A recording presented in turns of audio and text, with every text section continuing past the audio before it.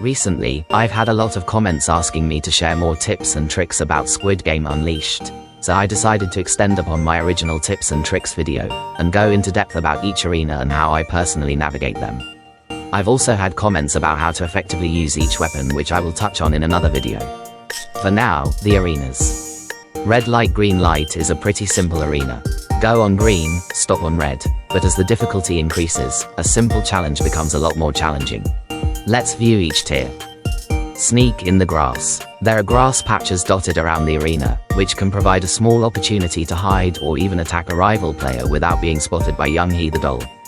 My advice in this arena is to hug the left-hand wall for all the items and grass patches en route to the finish line. Avoid the center of the map as you are likely to be hit by random aggressive players. It's worth noting that shield items and Dalgona provide cover from the doll and will allow the player to move on red light. Characters like Nia can be exceptionally useful in this round for her ability to start with Dalgona. Red Reaping and Young-hee's Revenge.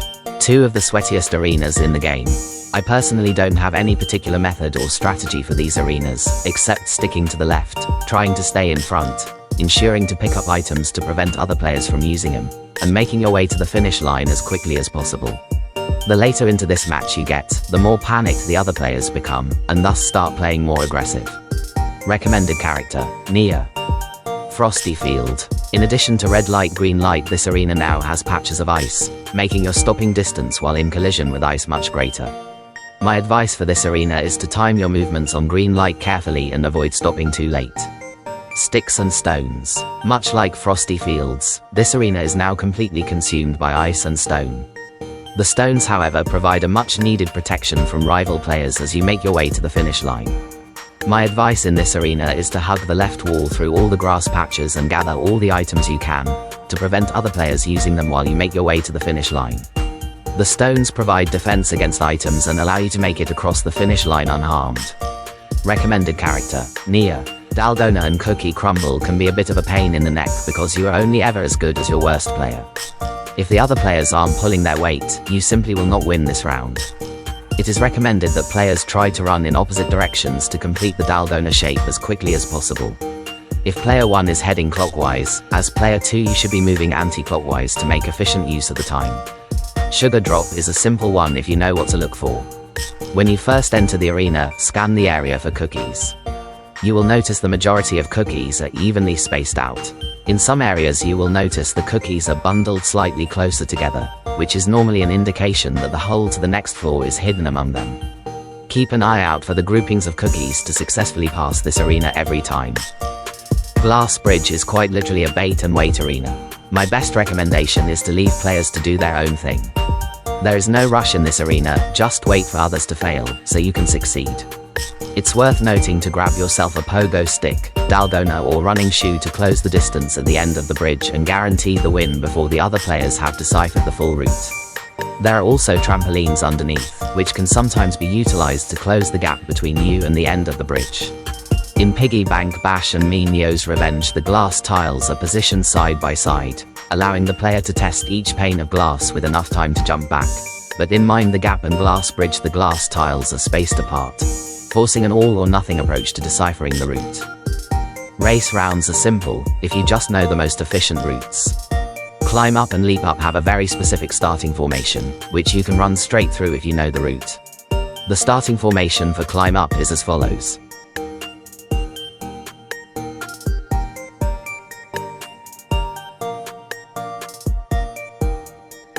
The starting formation for Leap Up is as follows.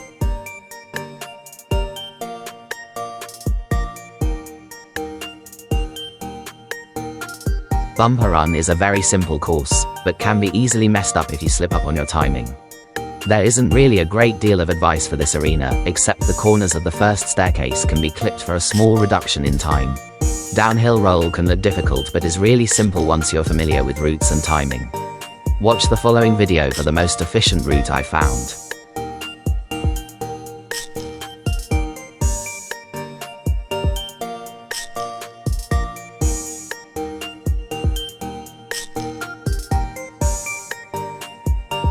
Maze Race looks a lot more daunting than it is, but there is a very specific path you can follow to optimize your route and make it to the finish line with ease. Watch the following video for the most efficient route that I found. It's worth noting that there are 2 small shortcuts within this arena that I spent 2 whole seasons unaware of. The first is here, with the sliding blocks. The second is a small cut-through located just to the left edge of the staircase. Make good use of these spots. Late for School and all its variants are the most daunting-looking arenas in this game, but they are probably the most fun. Each arena follows the same principle and is easy to dominate once you've calculated your route and timing. Instead of discussing the routes, I will just show them in the following clips.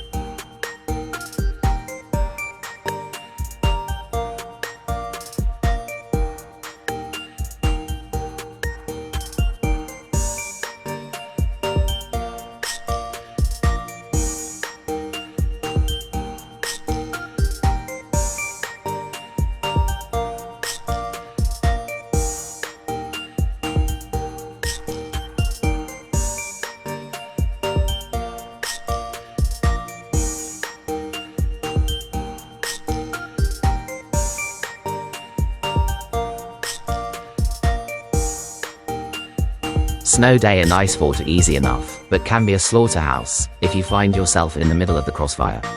Snow Day can be fluked by using a pogo stick to jump on top of the doll where you have a very slim chance of being hit.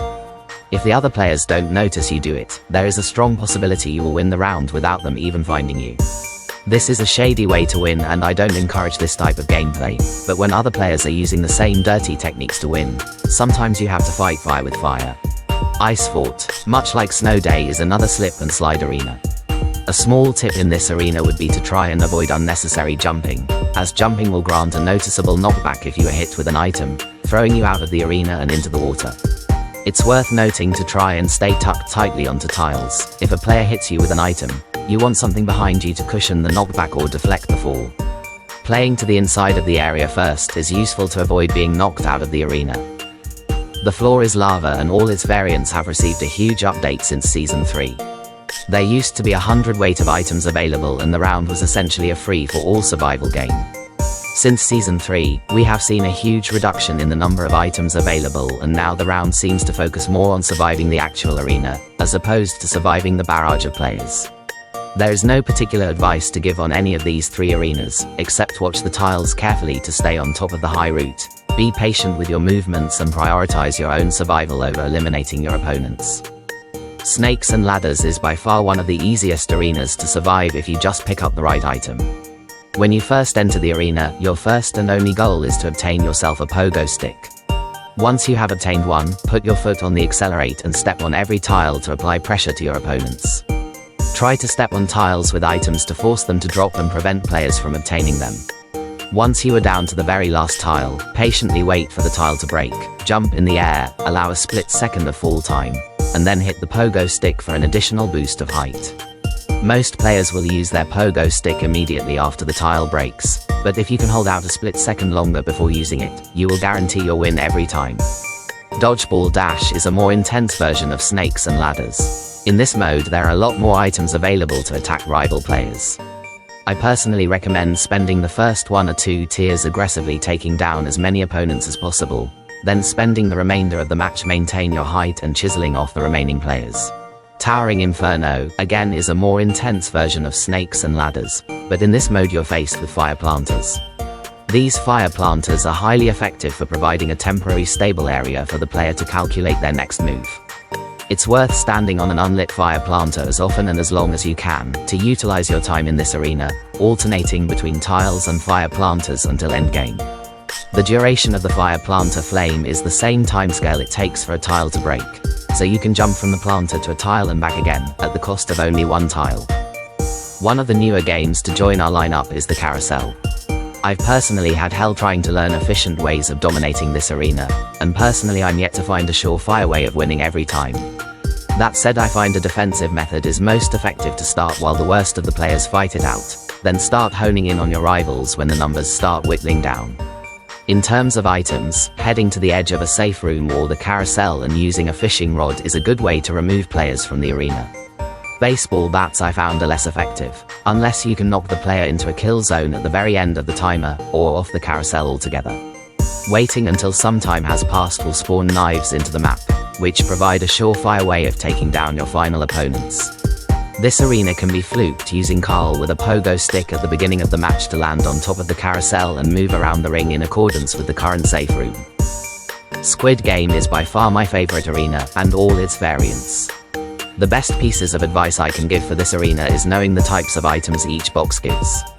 The boxes in the center of the map generally distribute bats and fishing rods. The boxes near the squid's neck have a higher chance of spawning shields and bats. Now, the most important ones to note, the boxes in the squid's head. These boxes are guaranteed to spawn knives, so the second they spawn, get yourself over there. Slippery Squid follows the same concept, but with the addition of a sheet of ice. I have no additional comments to add. Frontman Surprise is a challenging setup, but can be made significantly easier once you know the spike formations and the type of items each box spawns. The spikes will appear in the same locations every time, so once you've familiarized yourself with the order of their appearance, you can plan your next move well in advance. A majority of Frontman Surprise can be left down to fate, by stepping back and allowing your rivals to fall victim to the spikes, and then clear out any remaining survivors. There are 2 ways to fluke this arena, using Carl and the pogo stick to jump onto the doll or the yellow light poles outside the arena to avoid detection and leave the other players to fight it out. That's all the advice I have for this video. I will leave more tips and tricks as I find them in the comment section below, and until next time, much love, and stay gaming.